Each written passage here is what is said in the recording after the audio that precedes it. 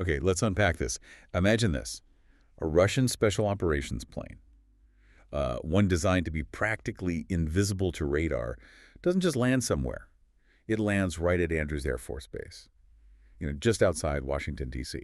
It really does sound like the opening of some high-stakes thriller, doesn't it? And based on the source material we're diving into today, well, that incredible event is actually the culmination of a really sprawling, complex story. Absolutely. So this deep dive is our journey into the world.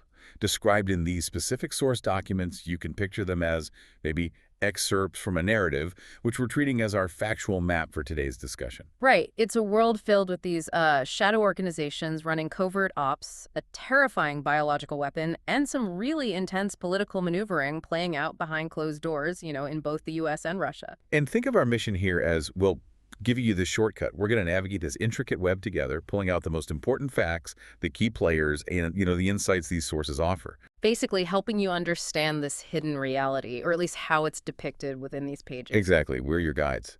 So buckle up, because the story, according to this material, starts at a very remote, very dark place. Right. So we begin late in the evening, January 31st, 2007.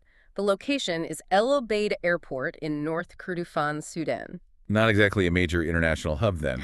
The sources describe this small convoy arriving a mix of beat-up Toyota pickups, a Ford F-150, and a Land Rover. About a dozen men get out, head towards the airport fence. And the first step is, while silencing the perimeter, a floodlight gets shot out with a suppressed .22 caliber submachine gun.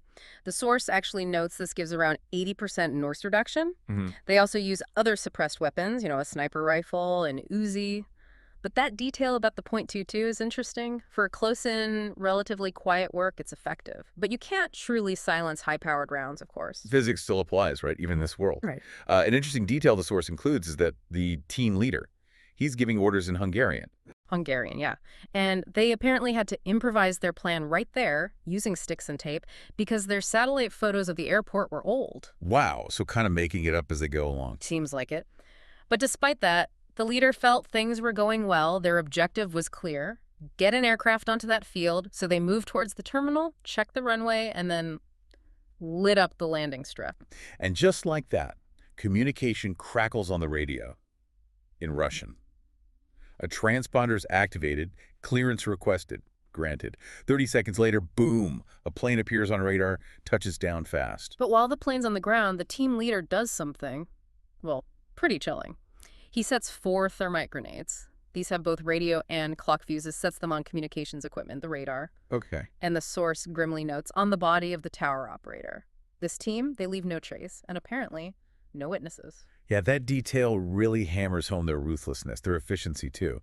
The team boards the plane, and it's airborne within 30 seconds of the ramp closing. Just a lightning-fast, destructive exit. So, from that dusty, dark airport in Sudan, the narrative shifts.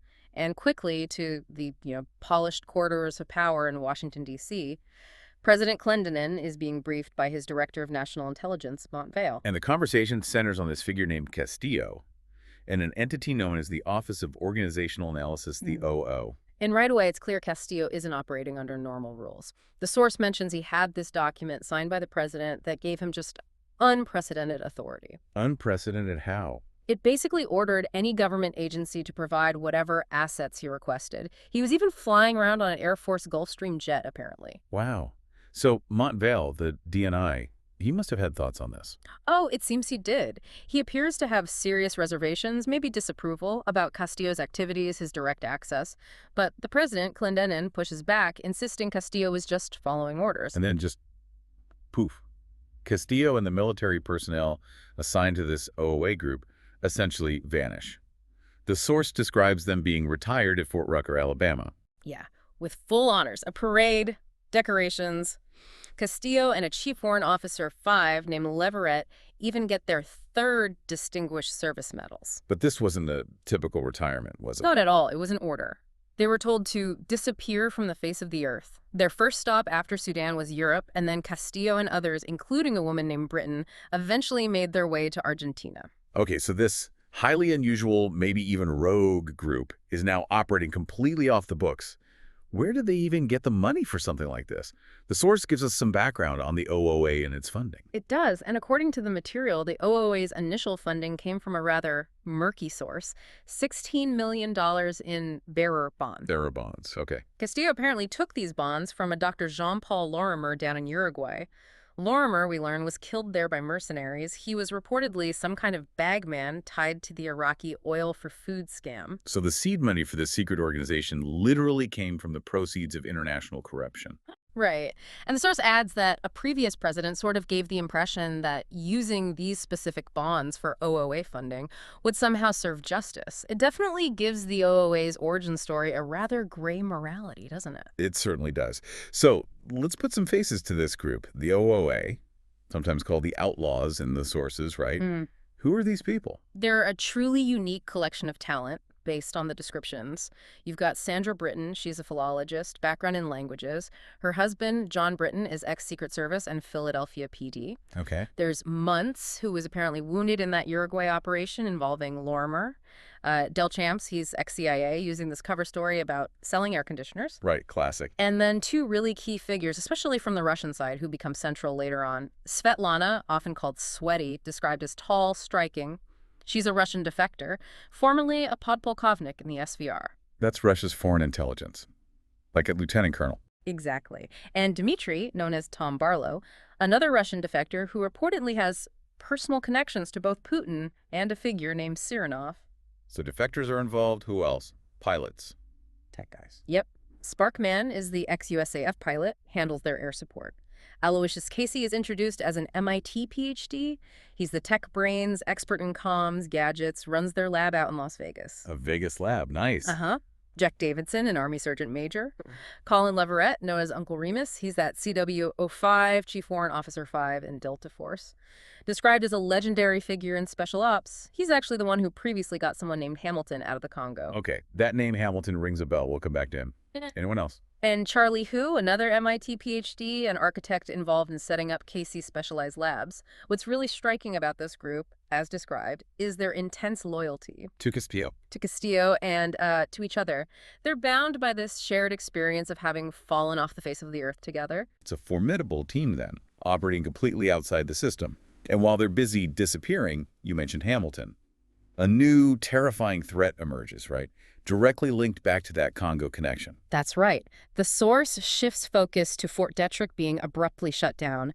Colonel J. Porter Hamilton, the same officer Leverett, apparently exfiltrated from the Congo, declares a potential Level 4 biological hazard disaster. Level 4, that's the highest, most dangerous category. Exactly. Hamilton then briefs President Clendenin on the threat. Something called Congo-X. It originates from a laboratory in the Congo that the sources just refer to as the fish farm. The fish farm. Okay, and this Congo-X, what does it do? The description is, well, it's particularly gruesome. It's a substance that feeds on the vascular system first, then other tissues, through some kind of unusual enzymatic action. Enzymatic. Yeah, the source uses this really disturbing analogy, saying it breaks down tissue like meat tenderizer. And critically, it's airborne. People become infectious, emitting particles before they even show any symptoms. So you wouldn't even know you were infected until you'd potentially spread it widely. That's terrifying. Does Hamilton have any idea where it came from originally? His theory, according to the material, is that Congo-X might actually be a Russian substance dating back to the end of World War II, possibly even acquired from the infamous Japanese Unit 731. Unit 731. Wow, okay. And this fish farm lab? Well, the sources reveal there was a U.S. attack on this lab in the Congo. It was intended to destroy everything, but it failed. It didn't kill all the fishes, meaning the Congo-X. The attack failed. Yeah. The president even acknowledges this attack brought the U.S. this close to a nuclear exchange. And then, in this incredibly chilling move, someone sent a barrel of the surviving Congo-X directly to Colonel Hamilton at Fort Detrick. You sent him a barrel. Apparently, to prove the attack had failed. That's an incredibly dangerous message to send. So this immediate, terrifying biological threat puts enormous pressure on President Clendenin. He knows the fish farm wasn't destroyed. He knows this stuff is out there. Right. And the focus in Washington, according to the source, rapidly shifts. Find Castillo. And find those Russian defectors, Dmitry and Svetlana. Why them specifically? The connection isn't immediately clear, but DNI Montval is specifically ordered. Find Castillo, tell him to stay away from anything related to Congo-X, and a critical point the source makes. Montval fails. He can't find him or can't get the message through. So, with Montval seemingly unable to control Castillo, the president turns to someone else. Yes, another figure. General Alan Naylor. Naylor's described as highly respected, knew Castillo's father, has a West Point connection with Castillo himself. Okay, sounds like a solid choice. What are his orders? Explicit, but also contradictory. Clendenin tells Naylor, find Castillo, recall him to active duty, force him to turn the Russian defectors over to the CIA, and then arrest Castillo. We call him just to arrest him and force him to hand over defectors he apparently took. Sounds complicated. Extremely. And the sources note that General Naylor is internally conflicted by this directive, given his personal relationship with Castillo. Now, as all this high-level scrambling is happening, another key player enters the picture. Who's that? A journalist. Oh, okay. Let's track this thread. Who is it? Roscoe J. Danton from the Washington Times-Post. He starts digging into the OOA and this Colonel Castillo. Where does he start? How does he even know about OOA? His primary source, we learn, is a woman named Eleanor Dilworth, former CIA officer. Okay, what's her story? Dilworth tells Danton that Castillo stole 2 Russian defectors from her in Vienna, Svetlana and Dmitry, presumably which directly led to her losing her job. She's clearly got a serious grudge, calls Castillo evil, and points Danton towards someone named Alex Darby. Alex Darby. Okay. So Danton starts chasing this lead. He does. Starts pushing for information, even asks the White House press secretary Jack Parker about OOA and these rumors of almost starting World War III. Parker, predictably, dismisses the rumors entirely. Right. So Danton keeps digging. Follows the lead to Argentina, tries to find Darby via the U.S. Embassy there, speaks with a public affairs officer named Miss Grunblatt.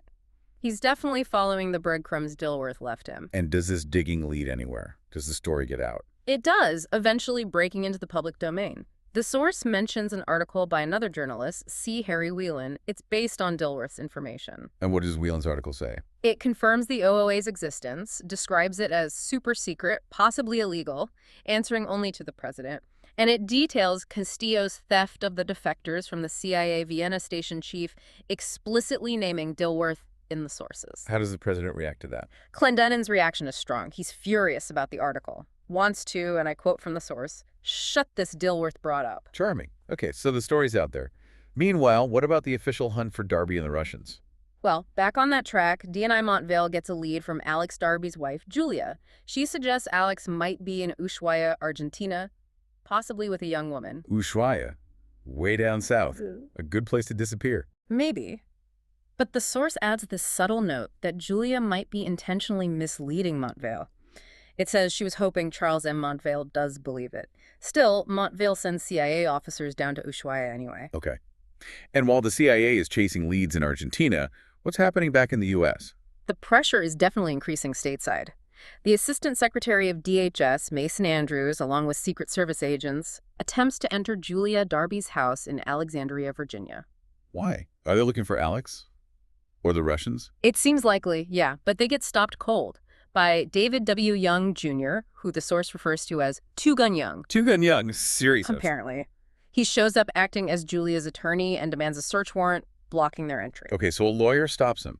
But here's the kicker. Where's Alex Darby? He's actually in the house, right there. No way. Yeah, and the source describes him expressing just profound contempt for President Clinton and says he took an oath to the Constitution, not to an individual, and crucially, he confirms his knowledge of Congo-X and the failed fish farm attack. So the journalist's investigation, the CIA's hunt, the DHS action, it all converges right there at Darby's house, revealing he's deep in this, aware of the bio threat, and seemingly aligned against the administration's approach. Exactly. All these threads are starting to tie together. Now, maybe we should get a clearer picture of the Russian perspective in all this, especially regarding those defectors, Svetlana and Dmitry. Right. Svetlana was the SVR podpolkovnik, the intelligence lieutenant colonel, and Dmitry knew Putin and Sirinov personally.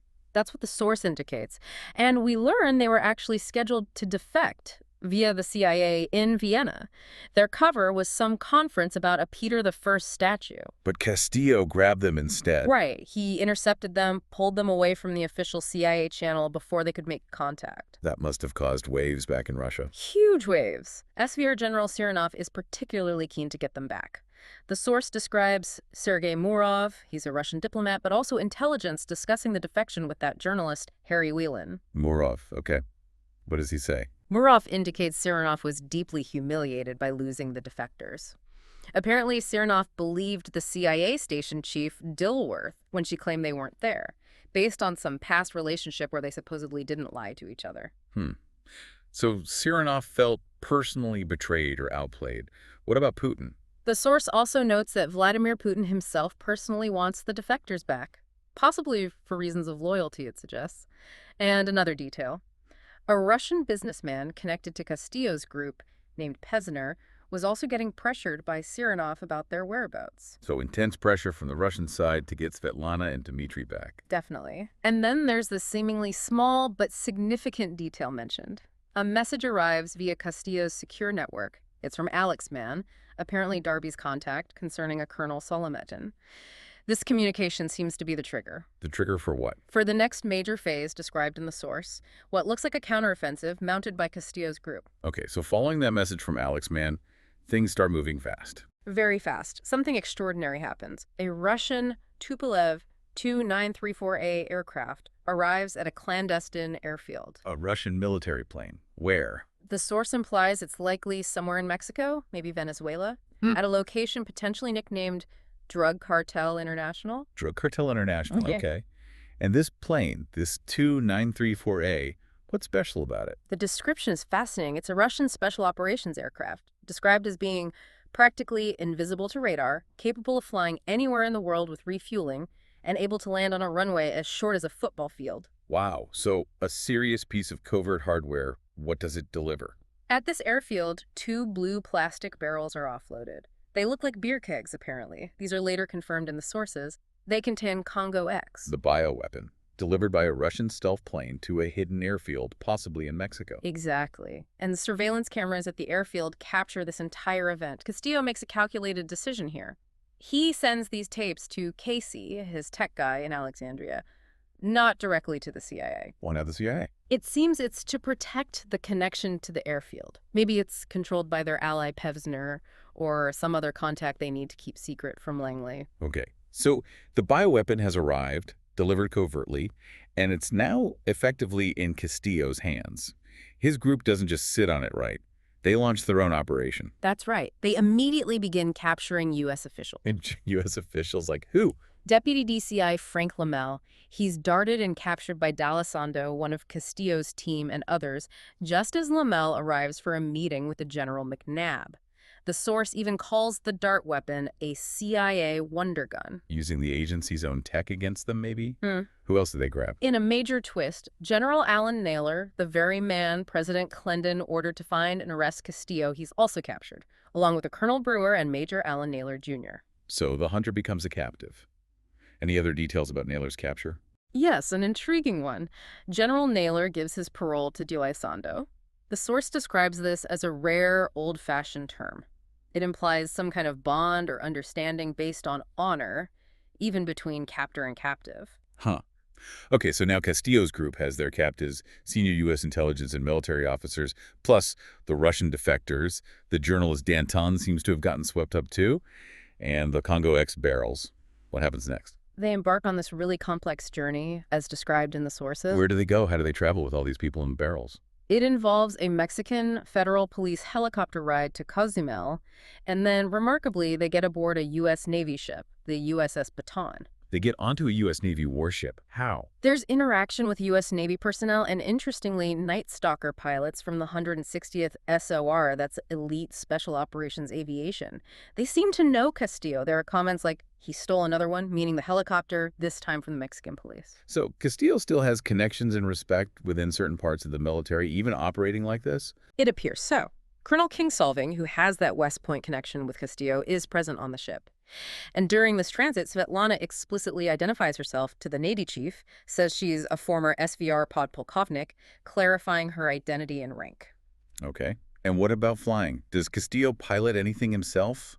Colonel Kingsolving initially advises Castillo against flying a helicopter alone, but then, in a sort of do as I say, not as I do moment, Kingsolving decides he will fly it for the mission himself. It highlights this weird chain of command among those who still seem loyal to, or at least willing to help, Castillo. Where's this mission headed? The destination of this risky helicopter flight is the island of La Orquilla off the coast of Venezuela. Venezuela, okay. What's the goal there? Twofold, according to the source. Capture Russian General Sironov, the one who was humiliated by the defections, and Major Kusevitsky. And also secure more Congo-X barrels apparently located there. More Congo-X. So this stuff is potentially in multiple locations. How does the raid go down? It's bold. They land the Tu-934A, that stealthy Russian plane, at La Orquilla. Sironov and Kusevitsky are captured. Svetlana takes direct action. She shoots Kusevitsky in the leg. The source says she was aiming for the foot. Ouch. And Sironov? Sironov gets cuffed with plastic restraints directly to one of the Congo-X barrels. A very potent visual statement, you could say. Definitely sends a message. What about the barrels they just captured? A crucial decision is made right there. The Congo-X barrels from La Orquilla will be taken to Fort Detrick in the U.S., and Deputy DCI Lamel, still their captive, actually volunteers to help facilitate the delivery via an agency vehicle once they land. Lamel volunteers, even as a captive. Maybe he realizes how dangerous this stuff is and just wants it secured. That seems the likely read, yeah. So the Tu-934A then departs La Orquilla destination, the U.S. piloted by Turin and Castillo. And they just fly a Russian military plane into U.S. airspace. Apparently so. And General Naylor, who's also aboard as a captive, actually orders an F-16 escort over the Gulf of Mexico, using his authority even while detained. Perhaps to ensure the plane, carrying what it's carrying, makes it safely to the U.S. That's incredible. Does anyone notice this unusual flight? Oh, yeah. The source notes the Russian aircraft is tracked, and it even gets featured live on Wolf News as it approaches Andrews Air Force Base. Live on TV. A Russian stealth plane heading for Andrews. Exactly. And the journalist, Roscoe Danton, who's also now on the plane, provides commentary for the news channel. He guesses that General Naylor must have decided the plane and its cargo belonged in Washington, and that Turin and Castillo were the only ones capable of flying it there. So the whole journey culminates in this absolutely bizarre, incredible sight. A Russian special operations aircraft landing directly at Andrews Air Force Base, carrying captured Russian spies, defectors, captured U.S. officials, a journalist, and barrels of a deadly bioweapon. Yeah, that dramatic landing sets the stage for the final act, the reckoning, as described in the sources, playing out right there in Washington. President Clendenin is shown watching the Tu-934A land live on Wolf News. I bet he was thrilled. Clearly enraged, is how the source puts it. So what does he do? He immediately orders someone named Powell to bring Naylor, Castillo, and the Russians directly to the White House the following morning. The source then details this incredibly tense White House meeting. You've got Clendenin, Montvale, the DNI, Cohen, Secretary of State, General Naylor, and General McNabb all there. Okay, the key players. Yeah. What's Clendenin's plan now that he has the defectors seemingly within reach? He reveals his plan. He intends to turn the Russian defectors, Svetlana and Dmitry, back over to the Russians. Turn them over after everything. Why? He states his belief that traitors deserve contempt, and he strongly implies Castillo will also be handed over. This is, of course, in direct contradiction to the orders he gave Naylor earlier about recalling Castillo. Hand Castillo over too. Wow. Does anyone push back? Naylor? General Naylor pushes back hard, argues that Clendenin knows the Russians, specifically Putin and Sironov, won't honor any promises about controlling Congo-X if they get their defectors back this easily. It's a huge gamble. What are the consequences of this clash? Immediate and significant, according to the sources. Secretary of State Cohen and General Naylor both resign, right there, in protest. Two top officials walk out. Yep. Clendenin is furious. And Montvale, the DNI, who had reservations all along, is then pressured to formally accept the DNI job, despite his past disagreements and the current chaos. Perhaps just to provide some semblance of continuity or control. So resignations, anger. Meanwhile, Castillo's group isn't just waiting around for the White House meeting outcome, are they? Not at all. They make their own move. They meet with Sergei Murov, that Russian intelligence figure at the Mayflower Hotel in D.C. Okay. Castillo meets with the Russians directly. What happens? Here, Castillo delivers a direct, uncompromising ultimatum, intended specifically for Vladimir Putin, delivered via Murov. An ultimatum for Putin. What are the terms? They're explicit. 1. Do not harm any member of Castillo's family, explicitly naming someone called Carlitos, but implicitly including the entire OOA group and their allies. Okay, don't touch his people. What else? 2. Ensure no more Congo-X appears anywhere in the world, full stop. 3. As proof this is being taken seriously, Major Kusevitsky's wife and family must be safely relocated to Budapest within 72 hours. Wow, those are some demands. What's the threat if Putin doesn't comply? It's just as direct. Castillo threatens to expose Putin's perceived incompetence, including details about his history as a KGB officer in St. Petersburg and, bizarrely, his alleged poetry writing during that time directly to the SVR, the Russian intelligence service, if the conditions aren't met. Poetry writing, he's threatening Putin with embarrassing personal history. Apparently so. It's presented as a highly personal and potentially devastating threat within those circles. Okay, that's unexpected. Mm-hmm. Amidst all this high-level confrontation and ultimatums, what happened to the actual Congo-X barrels that landed at Andrews? Right, the immediate physical threat. The source indicates they were successfully taken to Fort Detrick after landing, facilitated by Deputy DCI Lamel, just as he promised while he was a captive. Okay, that's crucial. It addresses the immediate crisis of the substance being, loose. It's brought to a secure, even if previously compromised, U.S. facility for containment and analysis, according to the sources. So yeah, pulling all of this together, what an absolutely extraordinary narrative this source material presents. We've tracked this thread that starts with, a covert raid using suppressed weapons in Sudan, Moves to a hidden group funded by questionable means. uncovers a terrifying bioweapon and a failed U.S. military operation that nearly started a nuclear war. Follows a journalist and U.S. officials chasing leads across continents. Witnessed a radar-invisible Russian plane deliver the threat to a hidden airfield. Saw U.S. officials captured, then embarked on this complex journey via Mexican police helicopter, a U.S. Navy ship, and that same Russian plane. Culminating in that unbelievable landing at Andrews Air Force Base. And finally, this incredibly tense reckoning in Washington, resulting in high-level resignations and a former U.S. officer delivering a direct, personal ultimatum to the president of Russia. It's just a story packed with intrigue, audacity, and unbelievably high stakes, all is described in these sources. This narrative, as laid out in the source documents, it certainly highlights several core themes, doesn't it, and potential insights.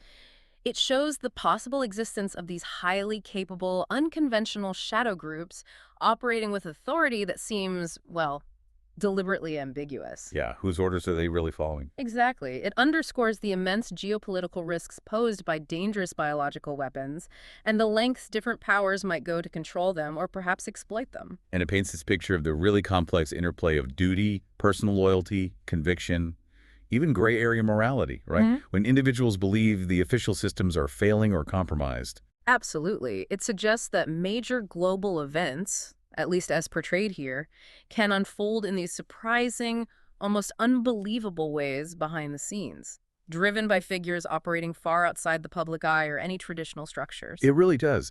This deep dive into these sources, it kind of leaves you with a provocative question to consider, doesn't it? I think so. In a world like the one described here, what does it actually mean for national security when trust appears to break down, even at the very highest levels of government? Right. And what happens when that breakdown seemingly forces individuals, or groups like Castillo's, to operate outside the traditional lines to confront threats they believe the official channels cannot, or perhaps will not, handle effectively? Who truly holds the power then? Or bears the ultimate responsibility when the system itself is deemed inadequate or untrustworthy? This story from the sources, it really makes you pause and wonder about the hidden layers of the world we might live in.